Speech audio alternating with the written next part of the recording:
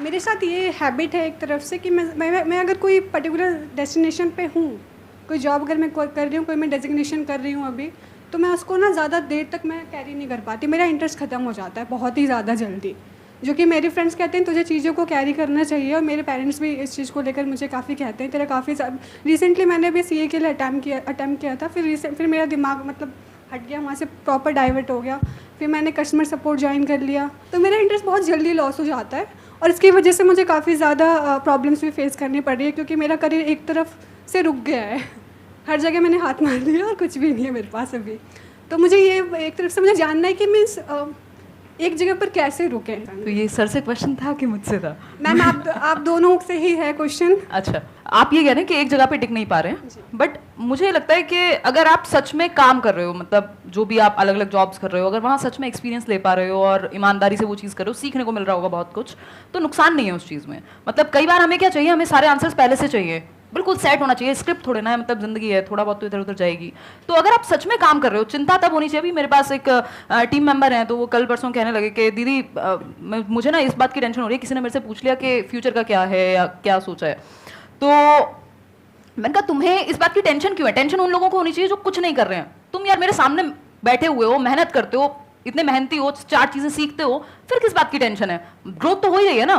तो जब कुछ ना कुछ कर ही रहे हो तो फिर नुकसान तो नहीं होने वाला, एटलीस्ट कुछ ना कुछ तो कर ही लोगे, मतलब वो सीख तो रहे हो ना एटलीस्ट। तो वो सीखना इंपॉर्टेंट है। अगर आपको अभी नहीं मिल रहा जवाब के एग्जैक्टली क्या करना है, मिल जाएगा, बट प्रोडक्टिव अगर आप हो, सच में कुछ कर रहे हो मेहनत से, तो इवेंचुअली सही दिशा ही होगी। ऐसा नहीं है कि कोई कि मतलब आप गलत जगह पे जा रहे हो। वो प्रॉब्लम तब है जब आप बैठ के डे ड्रीमिंग कर रहे हो। अनटिल अनलेस आप काम कर रहे हो तो फिर तो कुछ ना कुछ तो सीख ही रहे हो। एक है कि मैं क्या करना चाहता हूं या चाहती हूं, एक है प्रैक्टिकली आपको यह देखना होगा कि आप किस काम में एक्चुअल में अच्छे हो। जैसे अभी आपने बोला कस्टमर सपोर्ट डिवीजन में आप हो, तो कस्टमर सपोर्ट से क्या कनेक्ट होता है? सेल्स। और सेल्स में इतना पोटेंशियल है जिसकी कोई हद नहीं है। हो सकता है मैं आपसे पूछूंगा आप क्या करना चाहते हैं, आप कहेंगे मैं सिंगर बनना चाहती हूं, मैं डांसर बनना चाहती हूं, मैं ये बनना चाहती हूं, मैं वो बनना चाहती हूं। उसको छोड़ दीजिए, आप ये देखिए कि आप एक्चुअल में किस काम को करने में अच्छे हैं, जहां पे आपको रिजल्ट अच्छा मिलता है, जहां पे आपको एप्रिसिएशन मिलता है, जहां पे आपको ये लगता है कि हां मैं इस काम को कर सकती हूं। जो अभी आपने बोला मैं उसी पॉइंट को आगे बिल्ड कर रहा हूं, that could be customer support. तो अब आप इससे एक रिलेटेड लाइन है, दैट इज सेल्स। सेल्स से रिलेटेड लाखों बुक्स हैं, उसमें से जो कुछ कमाल की बुक्स हैं उसको आप पढ़ना शुरू कर देते हैं, तो ऑटोमेटिकली आपका जो दिमाग है वो सेल्स में आगे बढ़ता चला जाएगा। तो उसके लिए आपको क्या करना है, अपना पूरा फोकस डाला सपोर्ट को समझने में। आपने बोल तो दिया सपोर्ट, कस्टमर सपोर्ट, ये कोई छोटी चीज नहीं है। एक कंपनी के लिए कस्टमर से इंपॉर्टेंट कुछ नहीं है। अगर कस्टमर कंपनी को छोड़ देगा तो कंपनी बंद। तो customer support is very very important department, जिसको हम कई बार छोटा समझ लेते हैं। हमें लगता है I am in customer support, नहीं, it is not a small department. तो आप पहले समझिए कस्टमर सपोर्ट क्या होता है।